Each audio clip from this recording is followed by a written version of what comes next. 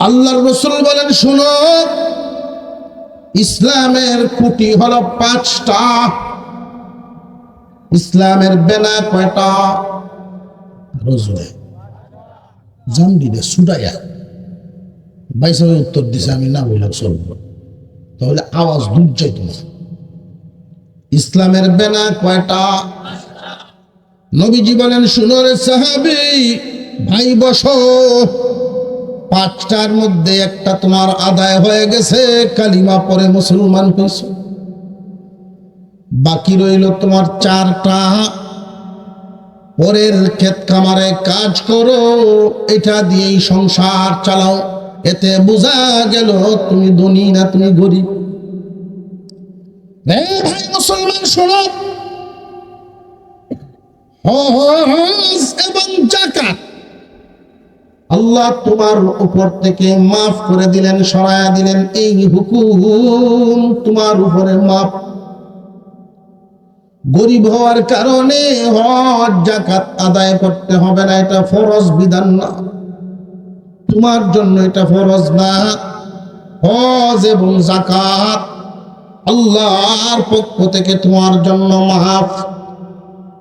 এই জন্যই কিয়ামতের কঠিন ময়দানে অনেক মানুষ আফসোস করবে, হায়রে দুনিয়ায় কেন গরিব মানুষ রইলাম না।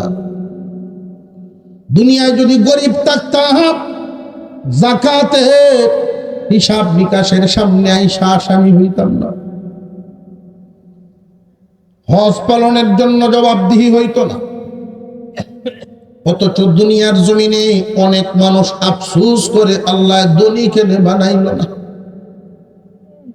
এই দুনিয়ায় মানুষ আফসোস করে ধনী কেন হইল না, ওইখানেতে আফসোস হবে গরিব কেন রইল না। আপনার আমার পয়গম্বর বলেন, শুনো, কালিমার হক আদায় হয়ে গেছে, হজ যাকাতের মাফি পাইলা, বাকি আর রইল কয়টা? সাধারণ মুসলমান আল্লাহর নবী জিজ্ঞাসা করেন, শুনো রে ভাই, বছরে 1 মাস রোজা রাখতে পারবানি? নবীজির সাহাবী বলেন, বছরে 1 মাস রোজা ইনশাআল্লাহ করব।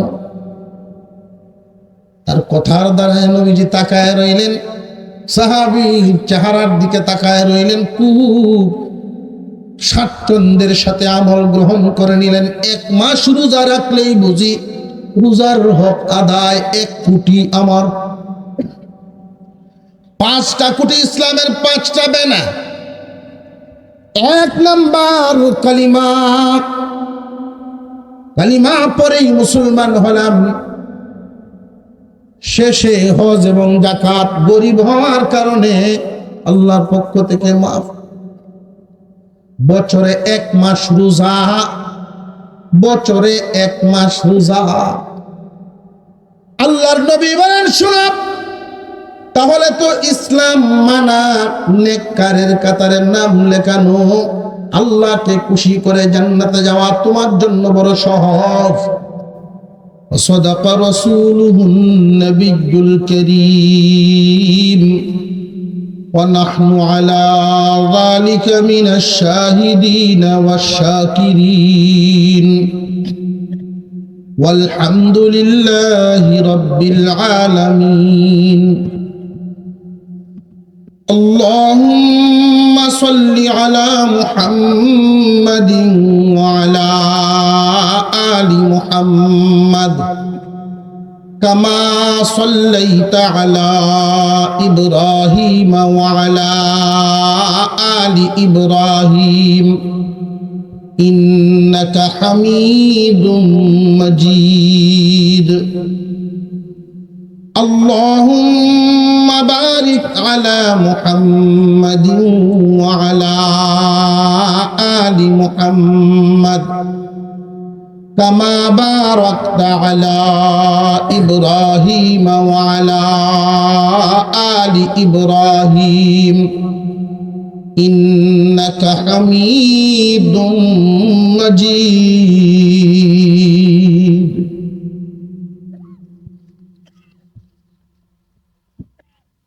হিলফুল ফুজুল পরিষদ নওগাঁ বাজার জামালগঞ্জ সুনামগঞ্জের উদ্যোগে আয়োজিত আজকের এই তাফসীরুল কোরআন মাহফিলের চলতি অধিবেশনে শ্রদ্ধাভাজন সভাপতি সাহেব, উপস্থিত জাতির শ্রেষ্ঠ সন্তান উলামায়ে কেরাম, মুরব্বিয়ানে আযম, সর্বস্তরের সুধী সমাজ, আল্লাহ পাক রব্বুল আলামিনের দরবারে শুকর আদায় করি, যিনি একান্ত দয়া করে মেহেরবানি করে আজকের এই কোরআনের মজলিস রহমতি বরকতি জায়গায় শামিল হওয়ার তৌফিক দান করেছেন বলি আলহামদুলিল্লাহ। মুহতারাম হাজিরিন, সন্ধ্যার আগ থেকেই আলোচনা চলছে এ পর্যন্ত ধারাবাহিকভাবে উলামায়ে কেরামের জবান থেকে বিভিন্ন দিক নির্দেশনামূলক আলোচনা শুনেছেন, আরো শুনবেন। আজকের মাহফিলের অত্যন্ত মহব্বতের ব্যক্তিত্ব, আকর্ষণীয় ব্যক্তিত্ব, সারা বাংলার আলোড়ন সৃষ্টিকারী বক্তা হযরতুল আল্লাম হযরত মাওলানা মুফতি নাসিরউদ্দিন আনসারী সাহেব, তিনিও হাজির হয়ে গেছেন বলি আলহামদুলিল্লাহ। খুব বেশি লম্বা চূড়া আলোচনা না, যতক্ষণ আলোচনা শুনবো মনোযোগের সাথে শুনবো, আর যা শুনবো আমলের নিয়তে শুনবো। আল্লাহ কবুল করেন, জবান খুলে বলেন আমিন। নবীজির সামনেও সাহাবীরা আলোচনা শুনতে যাইতেন, 1.5 ঘন্টা 2 ঘন্টা এত সময় পাইছেন না। 1 থেকে 1.5 মিনিটের ওয়াজ। এমনও ঘটনা আছে 150 মাইল দূর থেকে আইছেন আর ওয়াজ পাইছেন। কেউ যদি স্বামী স্ত্রীতে মিল চাও, 1 প্লেটে খানা খাও, ওয়াজ শেষ। কিন্তু এই কথা স্বর্ণের চেয়েও দামি মনে করে নিয়ে গেছেন, আমল শুরু করে দিয়েছেন। যেই আমল শুরু করেছেন, আল্লাহর রাসূলের জবান মুবারকের কথা, ফল আছে না নাই? আমল শুরু হয়েছে, সাথে সাথে ফলও শুরু হয়েছে। বিবি জিজ্ঞাসা করেন, স্বামী হে, 15-20 বছর যাবৎ একসাথে সংসার করি, এত মোহব্বত আবেগ ছিল কি? 1 সপ্তাহের ভিতরে যেই পরিমাণ মোহব্বত বাড়ছে, কোনো কুদানি কাদানি নাই, কোনো ঝগড়াঝাটি নাই, কার্য কীর্তন নাই, শুধু মিল আর মিল। তা আগে আসেন করি নবীজির সাহাবী, উনি খুব ফজিলত বর্ণনা করলেন যে আল্লাহর রাসূলের জবান মুবারকের কথা। বিয়ে শাদীতে দেখবেন মুরব্বীরা নবদম্পতিকে এই কাজটা করায় দেয়। এখনো আছে না এরকম? নতুন জামাই নতুন বউ একসাথে বসাইয়া একজনের মুখে আর একজনের দেখাওয়ায়, ঠিক না বেটা? মুরব্বীরা দিয়ে মাথে না বুল্লিছি আছে না নাই? এখন আছে। এর দ্বারা কি বোঝায়? এটা কি? সেটা হলো তোমাদের মুরব্বীদের উপস্থিতিতে জুরি মিলাইয়া দিলেন, প্রথম তোমাদেরকে খাওয়ানো শিখাইয়া দিলেন একজন আরেকজনরে, এই যে মুখে উঠায়া খানা শুরু করলা, এইভাবে যেন মরণ পর্যন্ত চলে। আমরা যে হইছেন বলে দিন, আবার দেখে না আরে হুজুর ছায়া বুঝছে না, এমন লইছে যে প্লেট লইয়া বউয়ের মুখ না দেয়া সাইডে আরেকজনের মুখ দেখতেছে, তাই না এত দূরে করে মুখে দিক দেয়া বলে চাইছে।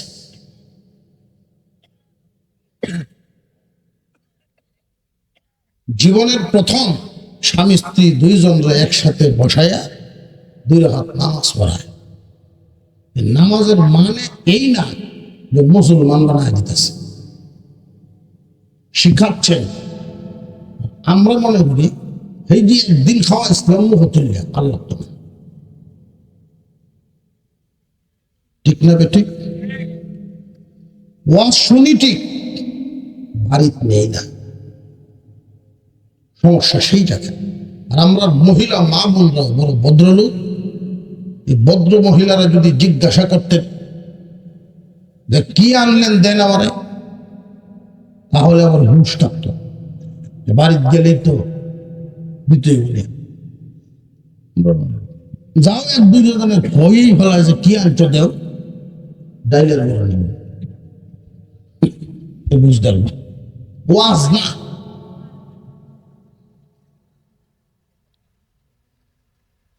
আমরা একদিন দুনিয়ায় ছিলাম না, একদিন থাকব, ঠিক না বেটে? এই বিশ্বাস আমাদের আছে না নাই? তবে এই বিশ্বাসটা যদি একজন বিধর্মীকে জিজ্ঞাসা করেন, একদিন ছিলাম না একদিন থাকব না, সেও একমত, ঠিকই ছিলাম না থাকব না। তাহলে বোঝা গেল ইমানদারের যেই বিশ্বাস, যেই কথা, আমার বিশ্বাস আর আমার কথা এক হতে পারে না। একদিন ছিলাম না একদিন থাকবো না এটা যথেষ্ট না, মুমিন মুসলমানের আরেকটু বিস্তৃত চিন্তা চাই। যেদিন ছিলাম না কোথায় ছিলাম, যেদিন থাকবো না কোথায় যাব। এই দুনিয়ার জমিন থেকে আমরা বিদায় হব, দুনিয়াতে থাকবো না, চলে যাব। এই হবর চিন্তাটা অনেক দূর মনে হয়, চলে যাব কথাটাও অনেক দূর মনে হয়। যে এখনই মরতে পারে এটা বোঝা যায় না। অথচ আমরা এই দুনিয়া থেকে একদিন বিদায় হব বা চলে যাব, এভাবে না, অন্তরে বসাইতে হবে দুনিয়া থেকে চলে যাচ্ছি, যাব না যাচ্ছি।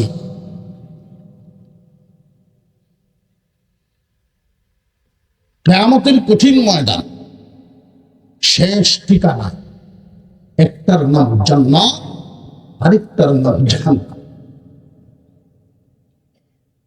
আমরা একদিন ছিলাম না একদিন থাকবো না,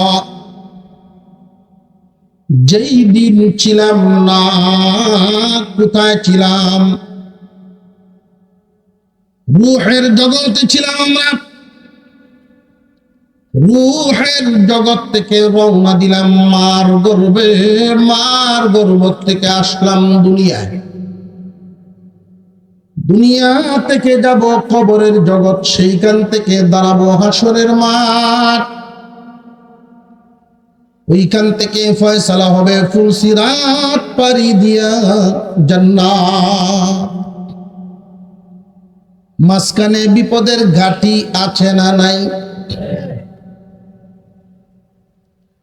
নেককারের জন্য পুরস্কার, আর বদকারের জন্য আমাদের সামনে বড় বিপদের ঘাটি, বড় কঠিন ঘাটি। আল্লাহ মানুক আর না মানুক, ইমানদার আর বেঈমান যাই হোক, আমলওয়ালা হোক আর বেআমল হোক, এমন কোন মানুষ নাই যেই মানুষ এই 4 ঘাটি পাড়ি দিবে না। আমাদের সামনে বিপদের ঘাটি হলো 4টা, এরপরে হলো শেষ ঠিকানা। 1 নাম্বার বিপদের ঘাটি মৌতের ঘাটি, 2 নাম্বার বিপদের ঘাটি আলমে বারজাখ কবরের ঘাটি, 3 নাম্বার বিপদের ঘাটি হাসরের মাঠ, 4 নাম্বার বিপদের ঘাটি হলো ফুলসিরাত। 4টা ঘাটি পাড়ি দিয়া প্রত্যেকটা মানুষ তার গন্তব্যে পৌঁছবে, শেষ ঠিকানায় পৌঁছবে। তবে এই ঘাটিগুলো যে পাড়ি দিব আমরা, নেককারের জন্য পুরস্কার, শান্তি, আরাম, আর বদকারের জন্য আল্লাহ রেখেছেন শাস্তি, সাজা। মৌতের ঘাটিটা মুমিন বান্দাই শুধু পাড়ি দিবে না কাফেরও পাড়ি দিবে? নামাজিরা শুধু পাড়ি দিবে না বেনামাজিও পাড়ি দিবে? নেককার আর বদকার এই 2 শব্দ আমি কেন বললাম? নেক কাজ যদি একটা একটা করে সব বলতে যাই শেষ হবে না, বদ কাজও যদি বলতে থাকি শেষ হবে না। একটাই পরিচয় নেককার, আর একটা পরিচয় বদকার। নেককার বলা হয় যে নাকি ভালো কাজ করে, ভালো ভালো কাজ করে, সেই হইল নেককার। বদকার হলো বদ কাজ করে, খারাপ কাজ করে, সেই হইল বদকার। ভালো কাজ যত আছে দুনিয়ার জমিনে, সব চাইতে উত্তম এবং শ্রেষ্ঠ ভালো কাজ আল্লাহর হুকুম ফরজ ওয়াজিব পালন। আল্লাহর হুকুম ফরজ ওয়াজিব পালন করা সবচেয়ে ভালো কাজ। আমরা অনেক সময় কম দামা জিনিস আর বেশি দামা জিনিস সমানভাবে মানি। বেশি দামা জিনিসটা কম দামে বিক্রি করে দিই, আর কম দামাটা বেশি দাম দিয়ে কিনি। এই হলো আমাদের হিসাবের গুণ। সবে বরাত আসলে 3 দিন আগের থেকেই কাপড় চোপড় ধুইয়া রেডি হয়ে তুলবে, মনে হইতেছে যুদ্ধে যাইব, যে প্রস্তুতি নেয়া। অথচ প্রতিদিন 5 ওয়াক্ত নামাজ ফরজ। কথা বুঝে আসছে? সারা রাত যদি সবে বরাতের রাতে নফল নামাজ কেউ পড়ল না, এশারের জামাত পড়লো, খানা খায় বা ঘুমায় গেল, উঠে ফজর পড়ল, সারা রাত ঘুমে, তার আমল নামায় কোনো গুনাহ তো নেই। কিন্তু একজন মানুষ রাত্রে 2টা 2:30 পর্যন্ত নফল ইবাদত করলো, ওইটা গিয়ে ঘুম দিল। ঘুমানির সময় বিবি সাবলে হয়ে গেছে, সাবধান, তুমি তোমার হুরুত্তা লইয়া সকাল 10টার আগে আমার দরজা ইবাদত করিস। ফজর যে গেল, খবর আছে না? এই অনুশোচনা, এই চিন্তা আছে। তার হিসাব হইল 1টা পর্যন্ত নফল নামাজ যে পড়া উঠছি কয়েক বস্তা হয়েছে, একটা বছর না হইলে কি। অথচ সারা জিন্দিগি নফল নামাজ, 1 ওয়াক্ত ফরজ নামাজের মোকাবেলায় ফরজের পাল্লা ভারী হবে। মাপ জানি না, কম দামা জিনিস বেশি দাম দিয়ে কিনি, আর বেশি দামে দৌলত, কম দাম বেশি। নেককার আর বদকার কেমনে চিনবেন, কেমনে জানবেন? নিজেরাই চিনতে হবে, নিজেরা বুঝতে হবে। 5 ওয়াক্ত নামাজ, আল্লাহর হুকুম, 5 ওয়াক্ত নামাজ। ধান কাটা শুরু হয়ে গেছে, দাওয়া কাটা শুরু হইল।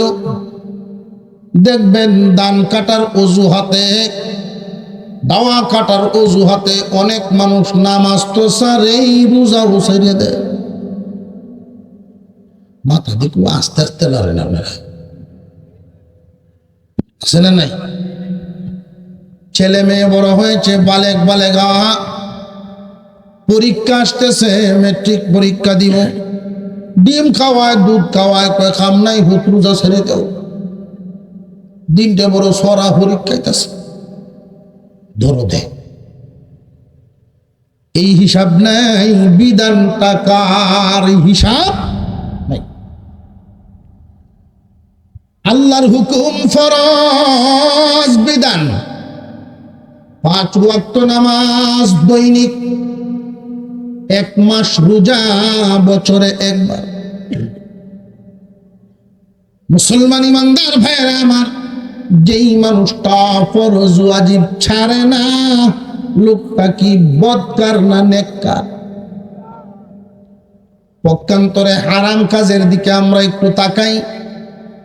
আল্লাহ নিষেধ করেছেন, এটা হারাম।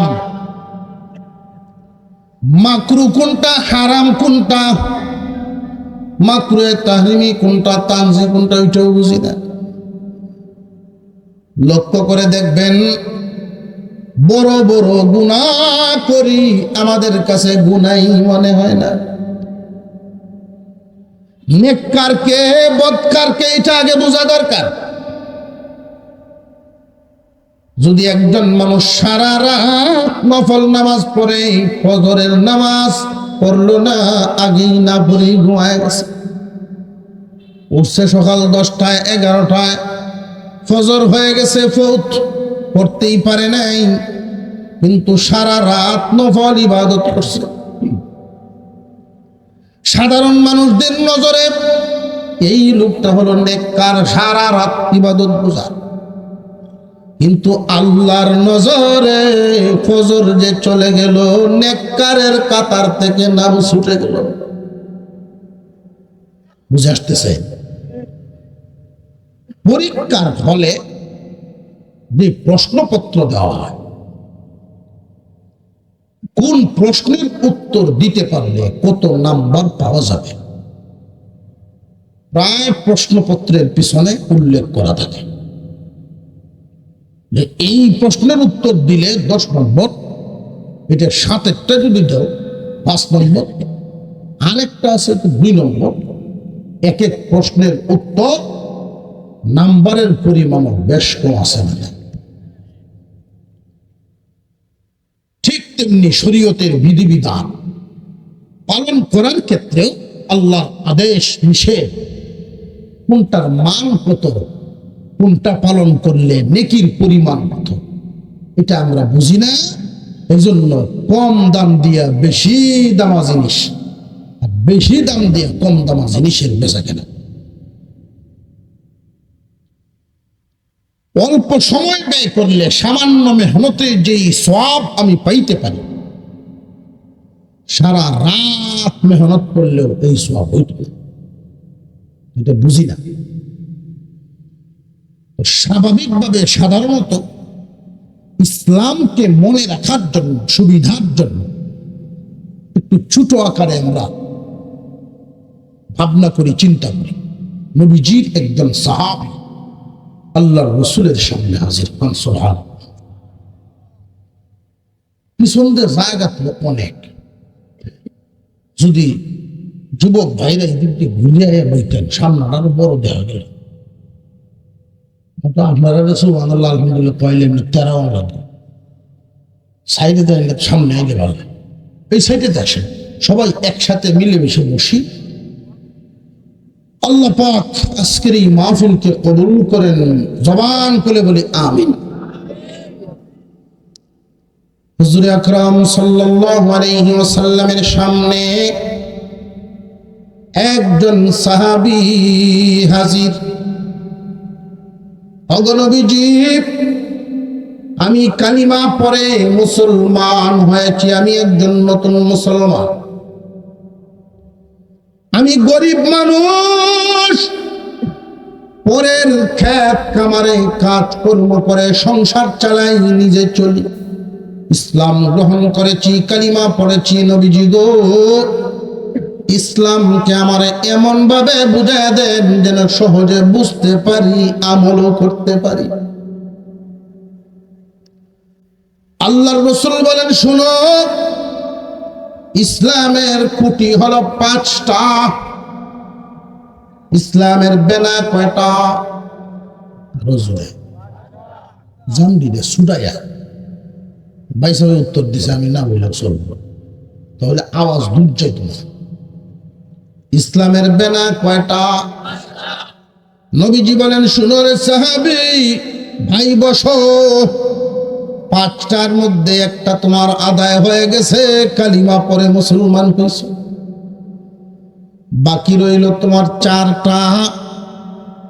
পরের ক্ষেত খামারে কাজ করো, এটা দিয়েই সংসার চালাও। এতে বোঝা গেল তুমি ধনী না তুমি গরিব। রে ভাই মুসলমান, শোনো, হজ এবং যাকাত আল্লাহ তোমার উপর থেকে মাফ করে দিলেন, সরায়া দিলেন। এই হুকুম তোমার উপরে মাফ। গরিব হওয়ার কারণে হজ যাকাত আদায় করতে হবে না, এটা ফরজ বিধান না, তোমার জন্য এটা ফরজ না। হজ এবং যাকাত আল্লাহর পক্ষ থেকে তোমার জন্য মাফ। এই জন্যই কিয়ামতের কঠিন ময়দানে অনেক মানুষ আফসোস করবে, আফসোস করবে, হায়রে দুনিয়ায় কেন গরিব মানুষ রইলাম না। দুনিয়ায় যদি গরিব থাকতাম, যাকাতে হিসাব নিকাশের সামনে আইসা আসামি হইতাম না, হজ পালনের জন্য জবাবদিহি হইতো না। অথচ দুনিয়ার জমিনে অনেক মানুষ আফসোস করে আল্লাহ ধনী কেন বানাইল না। এই দুনিয়ায় মানুষ আফসোস করে ধনী কেন হইল না, ওইখানেতে আফসোস হবে গরিব কেন রইল না। আপনার আমার পয়গম্বর বলেন, শুনো, কালিমার হক আদায় হয়ে গেছে, হজ যাকাতের মাফি পাইলা, বাকি আর রইল কয়টা? সাধারণ মুসলমান আল্লাহর নবী জিজ্ঞাসা করেন, শুনো রে ভাই, বছরে 1 মাস রোজা রাখতে পারবানি? নবীজির সাহাবী বলেন, বছরে 1 মাস রোজা ইনশাআল্লাহ করব। তার কথার দ্বারা নবীজি তাকায় রইলেন, সাহাবী চেহারার দিকে তাকায় রইলেন, খুব স্বাচ্ছন্দ্যের সাথে আমল গ্রহণ করে নিলেন। 1 মাস রোজা রাখলেই বুঝি রোজার হক আদায়। 1 কোটি আমার 5টা কোটি ইসলামের 5টা বেনা। 1 নাম্বার কালিমা, কালিমা পরেই মুসলমান হলাম। শেষে হজ এবং যাকাত, গরিব হওয়ার কারণে আল্লাহর পক্ষ থেকে মাফ। বছরে 1 মাস রোজা, বছরে 1 মাস রোজা। আল্লাহর নবী বলেন, শুনো, তাহলে তো ইসলাম মানা, নেককারের কাতারে নাম লেখানো, আল্লাহকে খুশি করে জান্নাতে যাওয়া তোমার জন্য বড় সহজ। বছরে 1 মাস রোজা রাখা আর দৈনিক 5 ওয়াক্ত নামাজ পড়া। দৈনিক 5 ওয়াক্ত নামাজ, বছরে 1 মাস রোজা। দৈনিক 5 ওয়াক্ত নামাজ, বছরে 1 মাস রোজা। আল্লাহর নবীর সাহাবী খুব মন থেকে গ্রহণ করলেন, আসানের সাথে ইসলামের মালা গলায় পরে বলেন, হুজুর, ইসলাম বুঝি এত সহজ, জান্নাত বুঝি এত সহজ? হ্যাঁ, জান্নাত এতই সহজ। বছরে 1 মাস রোজা, দৈনিক 5 ওয়াক্ত নামাজ। দৈনিক 5 ওয়াক্ত নামাজ, বছরে 1 মাস রোজা। যারাই পালন করবে তারাই জান্নাতি। নবীজি সাহাবীর খুশি দেখে মিছিল দেয় যেমনে সাহাবী বলা শুরু করলেন এমনে, বছরে 1 মাস রোজা, দৈনিক 5 ওয়াক্ত নামাজ, দৈনিক 5 ওয়াক্ত নামাজ, বছরে 1 মাস রোজা, আল্লাহ জান্নাত দিবেন, জান্নাত। নবীজি ডাক দিলেন, সাহাবীরা রে দেখো জান্নাতি মানুষ যায়, জান্নাতি মানুষ যায়, দেখো দৈনিক 5 ওয়াক্ত নামাজ। আমরা যত নেক কাজ করি, নেক কাজ একটা হলো আল্লাহর আদেশ, আরেক প্রকার হলো আল্লাহর নিষেধ। আদেশগুলো ফরজ এবং ওয়াজিব, নিষেধগুলো হলো হারাম। আল্লাহ পাক রব্বুল আলামিন বান্দার প্রতি এই 2 ক্ষেত্রে যে খুশি হন, সিরিয়ালের দিক খেয়াল রাখবেন। আল্লাহ পাকের কোন বান্দা ফরজ ওয়াজিব পালন করলো, হারাম থেকে বেঁচে রইল, ফরজ ওয়াজিব পালন করলো, হারাম কাজ থেকে বেঁচে রইল, অর্থাৎ ফরজ ওয়াজিব ছাড়ে না, হারাম কাজটা করে না, এই যদি হয় তার স্লোগান আর প্রচেষ্টা, ফরজ ওয়াজিব ছাড়বে না, হারাম কাজ করবে না, শয়তানের ধোঁকায় পরে যদি কখনো গঠিয়া যায়, এমন ভাবে তওবা করে আল্লাহকে খুশি না করে নিজে খুশি হয় না। আল্লাহ পাক রব্বুল আলামিন এই বান্দাদেরকে নেককারের কাতারে নাম উঠায় দেয়। এরা নেককার, আল্লাহর আদেশ মানে, নিষেধ থেকে নিজেরে বাঁচায় রাখে। তবে মুসলমান ইমানদার ভাইরা আমার, ফরজ ওয়াজিব পালন করলে আল্লাহর আদেশ মানা হয়, হারাম কাজ ঘটে গেলে আল্লাহর নিষেধ অমান্য হয়। ফরজ ওয়াজিব পালন করা, হারাম থেকে বেঁচে থাকা, এই 2টার ক্ষেত্রে খেয়াল রাখবেন। একজন মানুষ যদি 5 ওয়াক্ত নামাজ পড়ে, ফরজ বিধান পালন করে, এর একটা মর্তবা, এর একটা মর্যাদা আল্লাহর পক্ষ থেকে বান্দাকে দেওয়া হয়। তবে মনে রাখবেন, কোন বান্দা যদি হারাম থেকে নিজের নফসকে যুদ্ধ করে বাঁচাইতে পারে, তাহলে আল্লাহ যেই মর্তবা মর্যাদাটা দেন, পালন করার চাইতে বেঁচে থাকার বদলাটা অনেক ওজন হয়। বুঝাইতে পারছি কিনা বিষয়টা? আবারও বলি, ফরজ ওয়াজিব আল্লাহর আদেশ, হারাম কাজ আল্লাহর নিষেধ। আদেশ পালন করলেও আল্লাহ খুশি হন, নিষেধ থেকে বেঁচে থাকলেও তো আল্লাহ খুশি হন।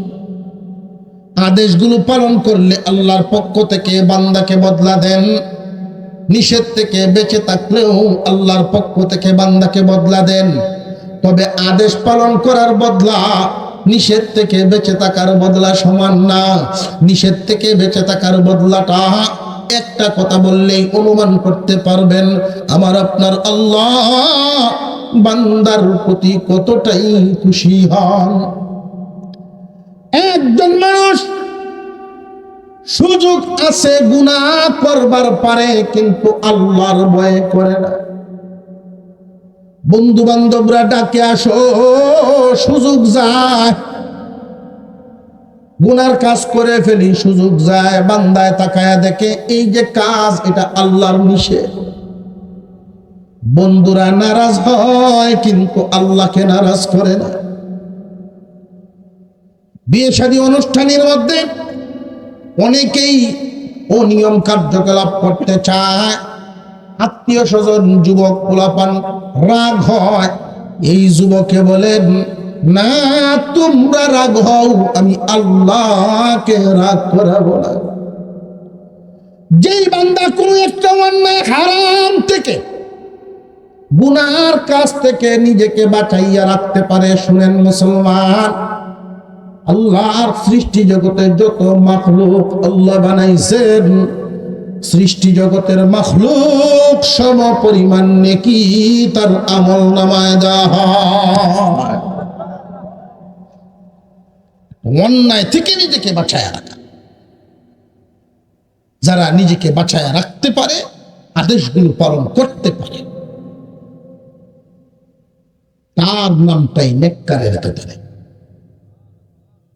বিপদের ঘাঁটি কয়টা সামনে? চারটে। মৌতের গাঠিতেও নেককারের জন্য আসান। কেমন আসান? যে তার যে মরণটা হবে, বেলুনের গিরা করলে যে হালত করে বাতাস বেরিয়ে, এর চেয়েও আসানে নেককারের মরণ। খবরের জগৎ 2 নম্বর গাঠি। একটা ঘুম দিব, ইসরাফিলের সিংহার আওয়াজ হবে, চোখ কচলাতে কচলাতে উঠবে, আর বলতে থাকবে কাঁচা ঘুম ভেঙে গেল।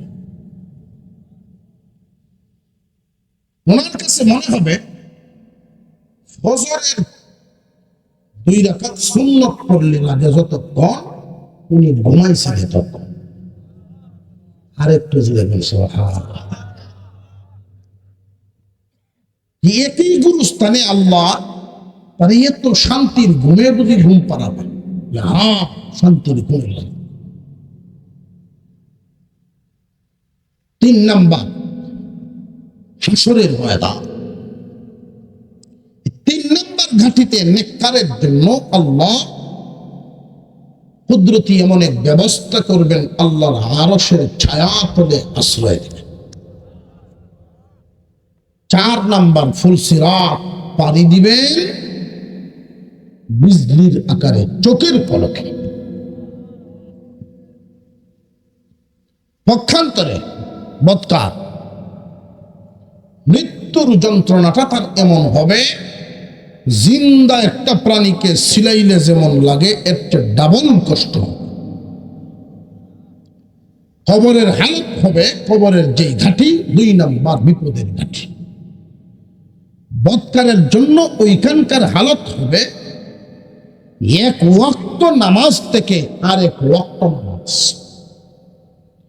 এতটুকুন সময় যেই শাস্তিটা তার উপরে দেওয়া হবে, তার নিজের ক্ষেত্রে অনুভব হবে, সে নিজে নিজে মনে করবে এই 1 ওয়াক্ত নামাজ থেকে আরেক ওয়াক্ত নামাজ কোটি কোটি বছর চলে গেছে। এক ফেরেশতা শাস্তি দিয়া জোহর থেকে আসর, এর উপরে দেওয়া শাস্তি শেষ হয়েছে না, রিমান্ড শেষ হয়েছে না। আসরের ঘর থেকে আরেকজন বিদায়, নতুন যিনি আইছে চিল্লাইবে, কানবে আর জিজ্ঞাসা করবে আগের যেজন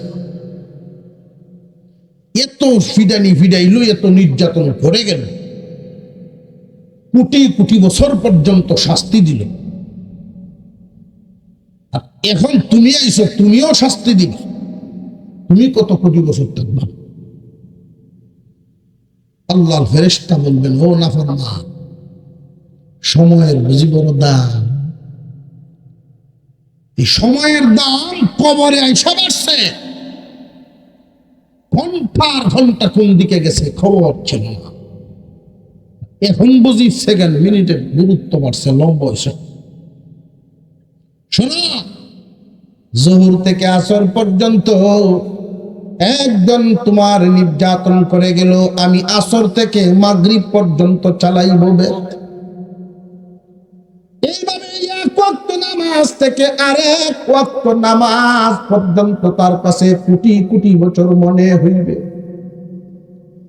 বৎকারের জন্য মরণ কষ্ট, বৎকারের জন্য কবরের জগত কষ্ট, বৎকারের জন্য হাসরের ময়দানও কষ্ট। এই সূর্যের চাইতে আরো বহুগুণ বৃদ্ধি করে সূর্যটা নামানো হবে মানুষের আধাত উপরে। মগজ গলে গলে পড়তে থাকবে, মগজ গলে গলে পড়তে থাকবে। হায় হায় করতে থাকবে মানুষ, এত নির্যাতন এত নিপীড়ন তৈরি হবে। কিয়ামতের কঠিন ময়দানে নেককারের হালত আরশের তলে, বদকার থাকবে খোলা মাঠে। ফুলসিরাত পাড়ি দেওয়ার ক্ষেত্রে গিয়া নেককার যাবে বিজলির আকারে, বদকার কেটে পড়ে যাবে। নেককারকে বদকারকে কার সাজা কি হালত। ফরজ ওয়াজিব ছাড়ে না, আরাম কাজটা করে না। নফল ইবাদত মনে যদি চায়, সুযোগ যদি পান, নফল ইবাদত অতিরিক্ত ইবাদত যার যত হইব বেশি, তিনি তত বড় ওলি। কিন্তু ফরজ ওয়াজিবের ঘাটতির কোনো মাপ নাই, শাস্তি লইতেই বহিরা। জেনে রাখবেন, আল্লাহ পাক রব্বুল আলামিন আদেশ নিষেধ দিয়া বাউন্ডারি দিছেন, ফরজ ওয়াজিব ছাড়বা না। প্রয়োজনে জমিন নষ্ট হোক, নামাজ যেন নষ্ট না হয়। হারাম কাজটা করবা না, ইনকাম কম হোক, এটা দিয়েই চলবা। হারাম খাইতে হাত বাড়াইবা না। বর্তমান সময়ে মুসলমান হালাল হারাম বেদ বিচারেই করে না। নবীজি সাল্লাল্লাহু আলাইহি ওয়াসাল্লাম বর্ণনা করে গেছেন, এমন এক সময় আসবে আমার উম্মতেরা একটা দল, আমার উম্মতের এক দল এমন এক পরিস্থিতি তৈরি করবে, তার সামনে বেশি হওয়া গর্বের ব্যাপার। বেশি হইলেই ওই উম্মত খুশি হইবে, কিন্তু হালাল না হারাম, পাক না না পাক, ওইটা চিন্তা করবে না। পাক না না পাক, ওইটা চিন্তা করবে না। ঢাকা শহরে মন্ত্রণালয়ে সে চাকরি করে 20-25 হাজার টাকা বেতন। শহরে যদি কেউ 20-25 হাজার টাকার বেতনে চাকরি করে, ভালো কোনো ফ্ল্যাট বানানি তার, কিন্তু তার বাসার যে অবস্থা, কেউ ঢুকলে এত সুন্দর মনোরম পরিবেশ করে সাজাইছে, হিসাবে মিলে না। 8-10 বছরের ব্যবধানে এলাকার নাম করা ব্যক্তি হয়ে গেছে সে। যেমনি 1000 কোটি টাকার মালিক। 1000 কোটি টাকার মালিক যখনই বাড়িতে আসে, আশপাশ এলাকার মানুষ তার কাছে এসে ভিড় করে, হাত পাতলে কেউ ফিরত নাই। এখন নগাঁও বাজার 5জন-7জন যেখানেই বয়, আলাপ এটাই শুরু হয় না। আল্লাহ তারে যেমন ধন দিছে, এমন মনও দিছে। এই আলাপ আছে না?